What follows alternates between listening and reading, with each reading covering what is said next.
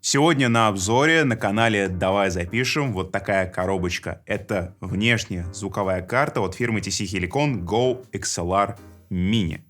То есть маленькая версия. Эта штука для стримов, она обладает фишками для стримов, и я думаю, нам всем будет очень интересно посмотреть и понять, а на что она способна. Друзья, поехали!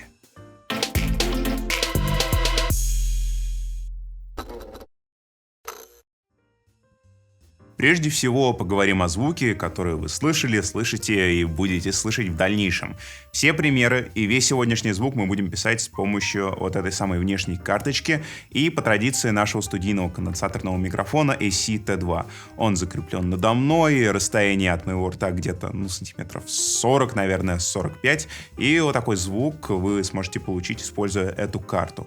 Конечно же, конденсаторный микрофон требует фантомного питания, его мы с вами подаем с карточки.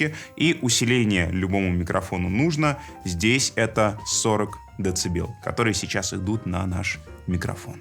Управление Go XLR Mini достаточно простое. У нас есть 4 канала, у каждого канала есть по фейдеру.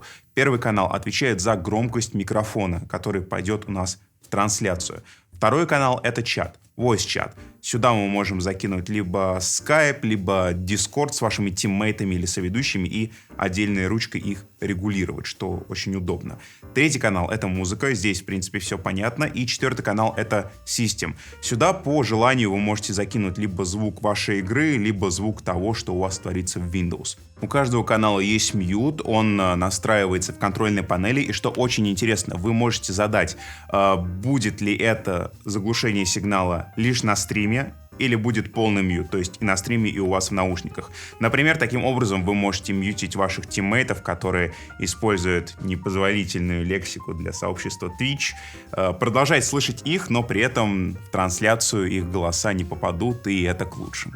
У каждого канала есть очень красивая и функциональная индикация, которую, к слову, можно менять через контрольную панель.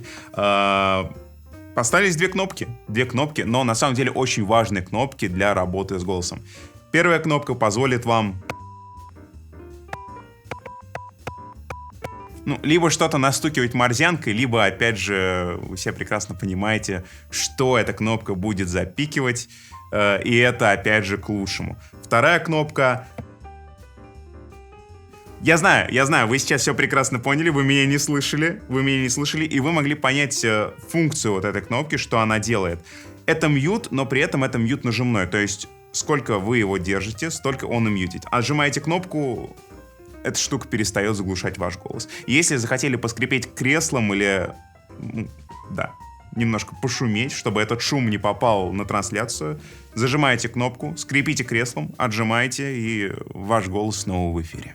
Сзади корпуса у нас микрофонный разъем XLR. Гитарку сюда не подключишь, но можно попробовать через тот же самый D-Box. Линейный вход и выход. Вход можно использовать для подключения, допустим, стримингового компьютера, если вы стримите с какой-то другой машины. Выход у нас дублирует все то, что идет в трансляцию. То есть вот этот Broadcast Mix у нас будет доступен в линейном выходе. Есть USB для подключения к компьютеру, и, что очень интересно, есть оптический разъем, это стерео SPDIF для подключения вашей игровой приставки, чтобы брать звук с нее прямо в цифре. Если в качестве микрофона вы используете гарнитуру, то разъемчик под эту самую гарнитуру 3.5 джек выведен спереди корпуса. Там же рядом с ним живет и разъем для подключения наушников в виде маленького джека. Часть функции у нас осталась в контрольной панели, она ставится вместе с аудиодрайвером, который можно скачать на официальном сайте TC Helicon. Здесь мы сможем задать нужное усиление микрофону, выбрать тип микрофона, динамический, конденсаторный с подачей фантомного питания на XLR разъем, или же выбрать 3.5 джек для работы гарнитуры. Можно нарулить эффекты, которых тут хватает. Это и гейт с несколькими настройками, и графический эквалайзер на 3, а в расширенном режиме уже на 6 полос, а также компрессор с 5 параметрами, которые мы с вами можем настроить. В других вкладках мы можем назначить, какой звук звук у нас перейдет на тот или иной фейдер. К примеру, по стандарту это микрофон на первом канале, голосовой чат на втором, музыка на третьем, а звук игры на четвертом. Здесь же можно настроить цветовую гамму, а также иконки для своего удобства. На следующей вкладке мы попадаем в настройки роутинга. Здесь мы как раз таки сможем задать маршрутизацию. К примеру, мы хотим, чтобы на трансляцию шел наш микрофон, звук игры, а также музыка, но без голосового чата. Как видите, все настраивается очень просто. Последняя вкладка будет содержать еще одну настройку цветовой схемы и кучу полезных мелочей, к примеру, помощник по настройке громкости микрофона. По настройке микрофона все делается на самом деле достаточно просто. Открываем мастер настройки и видим, что здесь у нас есть регулятор Gain, которым мы должны выставить, чтобы индикация нашего голоса входила плюс-минус в рамки, которые обозначены Good. Если будет слишком много, мы перегрузим микрофон. Это очень плохо. Если будет слишком тихо, то наши эффекты могут работать не совсем корректно. Да и зрители вас особо не услышат на стриме. Кстати, об эффектах. Давайте поговорим о них подробнее, но делать мы это с вами будем уже на другом микрофоне. Знакомьтесь, это Rode PodMic. Такой яркий представитель дикторских микрофонов. Что есть дикторский микрофон? Это, к примеру, Shure SM7B, Electro-Voice RE20 и так далее. Как правило, это динамические микрофоны, созданные специально для работы с речью, с речевыми программами, которым нужно достаточно много усиления. Допустим, на PodMic мы сейчас подаем 55 дБ, и, как вы могли догадаться, сейчас вы слышите тест преампов. Кстати, преамп тут один, и не абы какой, а Midas. И это действительно здорово, и можно слышать, что, как всегда, Midas не ударили в грязь лицом, это замечательно. Посмотрим на эффекты. Первым у нас идет гейт. Давайте его послушаем. Для теста гейта я попрошу нашего оператора включить шум-машину, которая создает нам потоки свежего воздуха. Вы слышите, да. В чем суть динамического микрофона? Он очень хорошо отсеивает посторонние шумы и за счет своей направленности, и в целом за счет типа. Но все равно слышно, да? Вот он лезет. И на трансляции это было бы слышно, это было бы неприятно. Мы берем и начинаем выводить потихонечку гейт. Вот, к примеру, так. Заметьте, я расширенные настройки вообще сейчас не трогал. Но помимо этого, несмотря на это, гейт работает. И работает он достаточно хорошо. Дальше вы можете поковыряться с настройками, задать атаку, задать релиз, чтобы гейт срабатывал более мягко. Но, как слышите, здесь он достаточно неплохой. Я его отключу, чтобы он нам не сбивал запись. Здесь он работает, и его можно использовать во время трансляции. Это будет показывать ваш профессионализм, друзья. Дальше эквалайзер в стандартном режиме, ну, допустим, делаем побольше средних, делаем поменьше средних и возвращаем все на 0. Давайте я все настроечки верну на 0.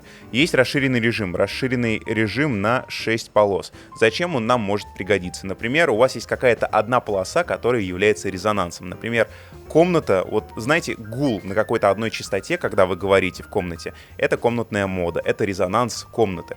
Чтобы ее убрать, чтобы ее срезать, просто находите частоту и подрезаете с помощью этого эквалайзера. Плюс-минус, но все равно поможет. В принципе, вещь достаточно действенная. Дальше идет компрессия. Давайте. Так, минус 25. Навалим. Можно еще соотношение выставить. Компрессор. О, ничего себе. Слышите, да? Слышите вот эту штуку. Компрессор, он как бы сжимает ваш голос и придает вашему голосу больше эффекта такой радийности. Знаете, как дикторы по радио. Вот что-то вроде этого. Только, друзья, будьте осторожны с компрессором, не сжимайте слишком сильно, а то станете шакалами. Я, в общем, могу такое здесь говорить. Ладно, не суть. В принципе, на этом все. У нас есть компрессия, у нас есть эквалайзер и у нас есть гейт, которыми можно и, главное, нужно пользоваться. Как все это дело правильно настроить? На самом деле здесь нету ничего сложного. Во-первых, заходим везде в настройки звука и выставляем нужные аудиоустройства. В Windows, например, логично будет поставить System в качестве устройства на воспроизведение и ChatMic как устройство на запись. В Discord или Skype и туда тыкаем ChatMic. Получится, что ваши сопартийцы или гости не будут попадать в общий звук Windows, И их всегда можно сделать погромче или потише отдельным регулятором на карте. В программе для трансляции в OBS или XSplit ставим Broadcast Stream Mix. Таким образом, то, что мы нарулим фейдерами на Go XLR Mini, пойдет у нас напрямую в эфир. Эта вещь интересна в первую очередь своей направленностью. Это внешняя карта для стримов. Если раньше для такого же функционала вам нужно было соединять вместе друг с другом сразу несколько внешних звуковых карт, то теперь можно купить вот эту одну штуку, поставить ее, регулировать звук с помощью фейдеров и получать удовольствие от работы, при этом радуя ваших любимых зрителей хорошим звуком. Это и преобразователь, который выдает до 48 кГц на 24 бита, так и, конечно же, прям от Midas, который дает нам 72 дБ чистого гейна. Друзья, я, как всегда, зову вас в комментарии. Напишите, что вы думаете об этой штуке. Если вы стример, то не забудьте плюсик в чат поставить, это важно.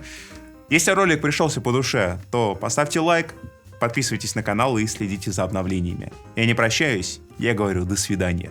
До встречи в следующем ролике.